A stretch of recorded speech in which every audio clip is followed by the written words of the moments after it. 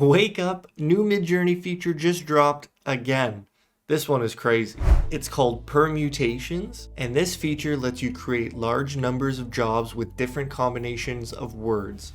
Like here, the example. Imagine a cyberpunk vaporwave art deco cat dog. Will give you all of these combinations. Cyberpunk cat, vaporwave cat, art deco cat, cyberpunk dog, etc, etc. It's basically just when you have an idea, but you aren't sure which details to use, so you want to try a few different things. Does that make sense? Let's try it ourselves. And you can write it just like a regular prompt in Imagine. Let's try a permutation bracket around wolf, bear, dressed like a gentleman, acrylic painting with thick brush strokes. We're gonna use that slash right there, and I'll explain it after. So we're gonna hit enter, and it's gonna ask us, are you sure you want to imagine 8 prompts? Anything over 5, and it's going to ask for your permission. And if you aren't sure whether you wrote it correctly, you can click here on show prompts, and it's gonna give you a list of what it's going to generate. And honestly, you could write these out one by one, but using permutations is definitely just going to save you time, especially in the long run. You can take a look and whether you're happy with that. And just for the record, it's easy to tell how many prompts you're going to be making. You can basically just multiply your permutations together. So here we have a wolf and a bear, which is 2. And then we have watercolor painting, acrylic painting with thick brush strokes, that's 2. Unreal render, and unsplash, that's 4. 4 times 2, 8 prompts. Does that make sense? Let's hit yes. Boom. There they are. And while we wait for them to generate, it's important to note that this is currently only available while using Fast Hours on a Pro subscription. That is probably going to change, but for now they need to see how much GPU power this is actually going to cost. This is more of a stress test right now, and I'm sorry if it's not available to you at the moment. Okay, it looks like they're ready. Let's take a look. A bear dressed like a gentleman, unsplash. He's looking great. The wolf, kind of just looks like a dude wearing a wolf head, but pretty accurate wolf head. Acrylic painting, thick brush strokes, looking nice. Unreal render. Oof.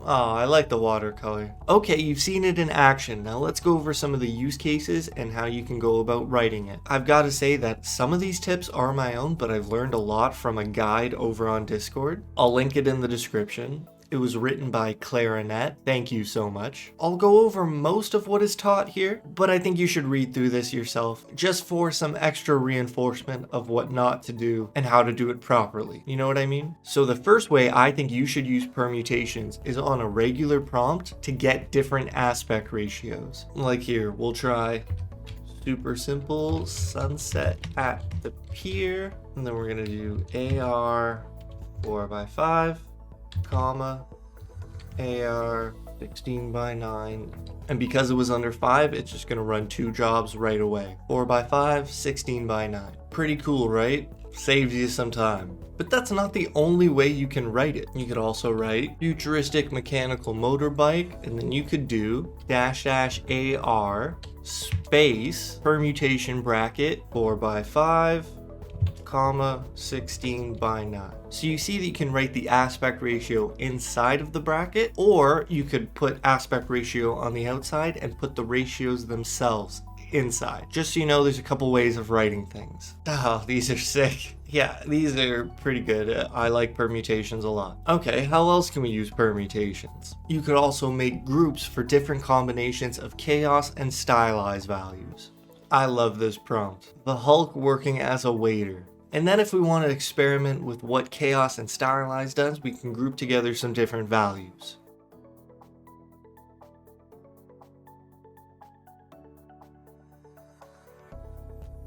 Okay, here's the combo of Chaos 50 S1000. This guy is jacked. And number 3 is kind of hilarious. Chaos 14 S300. These were supposed to be a little more normal, and I'm not sure if that happened. Number 4 kind of looks like the bad guy from The Mask. C4 S600, the most normal, and I don't know, number 3 is hilarious. So again, instead of writing those out one by one, you can just get it done really quickly. And that's definitely going to help some of you. It's definitely advanced prompting. Okay, let me explain that other slash you're going to need to use. Full body portrait of an Instagram model wearing a plaid dress. But then you want to specify some colors. And you want those colors to be separated by commas in your prompt.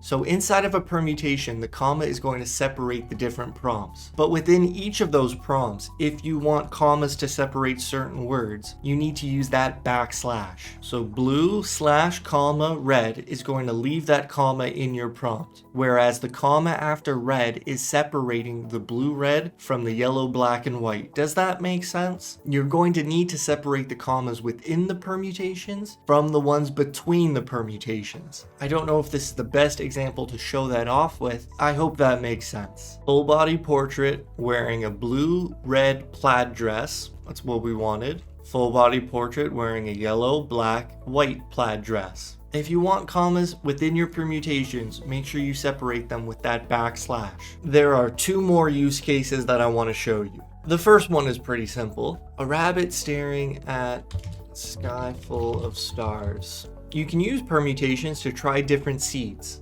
Again, this is kind of specific, but if you have a bunch of seeds that you want to try, you can just write them out at once. Save you some time. Then we could go seed space permutation, and then you can type in gibberish. We'll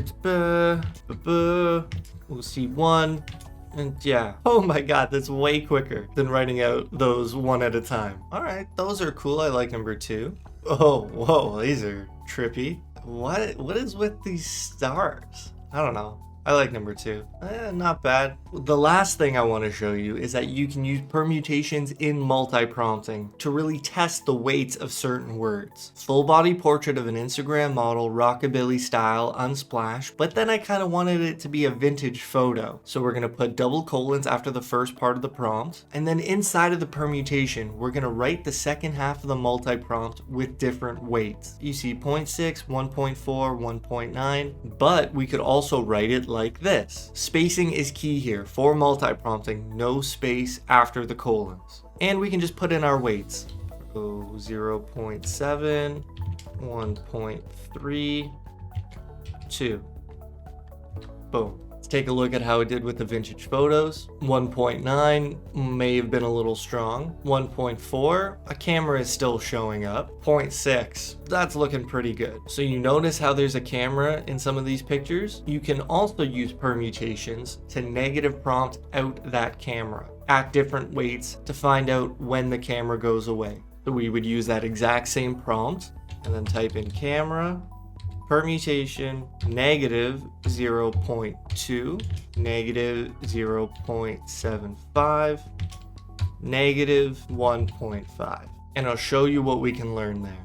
First, let's check out the sepia tones. Here's 0.7, looking okay. 1.3, much more sepia. Sepia tone of 2. I happen to like 2 a lot. Now let's take a look at our negative prompting of the camera. Vintage photo 0.6, camera minus 0.2, no camera in sight, minus cameras out, minus 7.5 for camera. But look, there's a camera here. Why? And it's really easy to understand. Vintage photo 1.4, but camera was only minus 0.2, which means that vintage photo was basically 1.2, and that's why a camera showed up. Be careful with your weights. Make sure something you don't want to see is weighted higher than the part of it that appears inside your prompt. Some of these are beautiful. Oh yeah, I like number 1. Shout out to the guy. I like him. Here's another example of it. Vintage photo 1.9, camera only at minus 0.2. I know that was a lot to take in. This is a new feature. This is a pretty advanced feature, but I wanted to cover all of the ways you could use it, and you let me know if I missed anything or if you come up with any on your own. I hope you're doing well. Take care, and I'll see you next time. Peace.